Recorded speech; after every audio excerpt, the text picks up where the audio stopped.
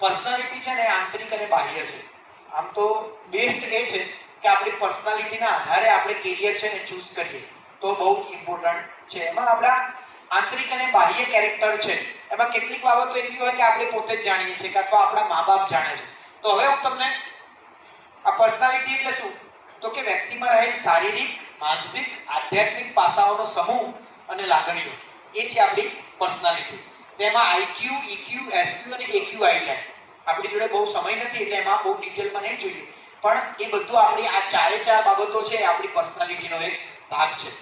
પણ મારે તમને આજે જે મહત્વની વાત કરવી છે એ કરી પછી હું મારી વાત પૂરી કરીશ ને આપણે આગળ વધીશું. તો મારે જે મહત્વની વાત કરવી છે, હું તમને કેટલાક પ્રકારની પર્સનાલિટી બતાવું છું.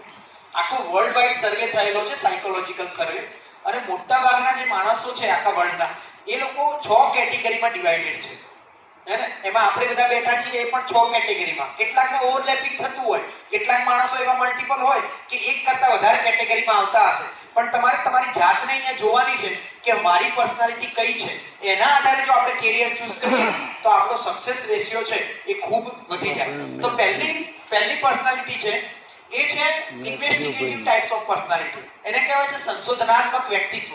હવે આ વ્યક્તિના લક્ષણો શું હોય કે એને ગણિત વિજ્ઞાન પ્રત્યે વધારે રુચિ હોય, એનું વ્યક્તિત્વ હોય ને અંતર્મુખી હોય, ઇન્ટ્રોવર્ટ હોય એકદમ, એટલે એને બહુ માણસો જોડે વાત કરવી ગમે નહીં, બધા રમતા હોય તો એકલો એકલો બેઠો જોવે, એક પુસ્તક વાંચતો હોય, એવું વ્યક્તિત્વ હોય. કાર્ય કરતી વખતે સમયનું ભાન ભૂલી જાય. રાતે 12-1 વાગી જાય, મમ્મી એમ કહે કે ભાઈ હવે વાંચવાનું મૂકી દે અને તું સૂઈ જા હવે, એટલે એવા વ્યક્તિત્વ હોય. દરેક બાબતનો વૈજ્ઞાનિક ઢબે વિચાર કરે. મંદિરમાં જાય તો મૂર્તિને જોવે પછી કે આ તો પથ્થરની છે, એને ભગવાન કેવી રીતે માની લેવા આપણે.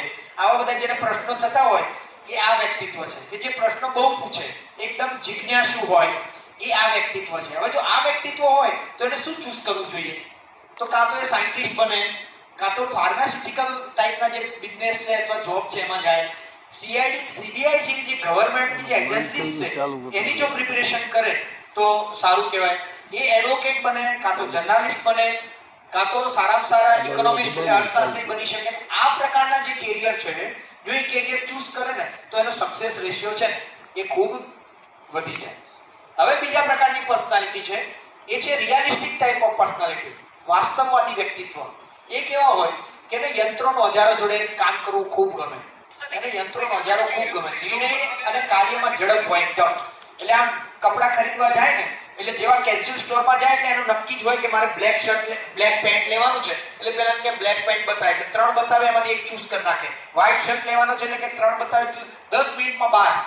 એ આ વ્યક્તિત્વ છે કે એને પ્રેક્ટિકલ બાબતોમાં વધારે રસ હોય, મેદાનની રમતો એને વધારે ગમે, ભાષણ સાંભળવામાં બહુ ઓછો રસ હોય. એટલે અહીંયા બેઠા હોય અને જેને એમ થાય કે આ ભાઈ હવે ક્યારે માઇક પૂરું કરે ને હું બહાર જાઉં એવું મનમાં થતું હોય ને આ વ્યક્તિત્વ છે. બરાબર?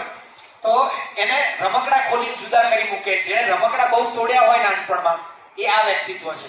તો એને કઈ કારકિર્દી ચૂઝ કરે તો સક્સેસ મળે?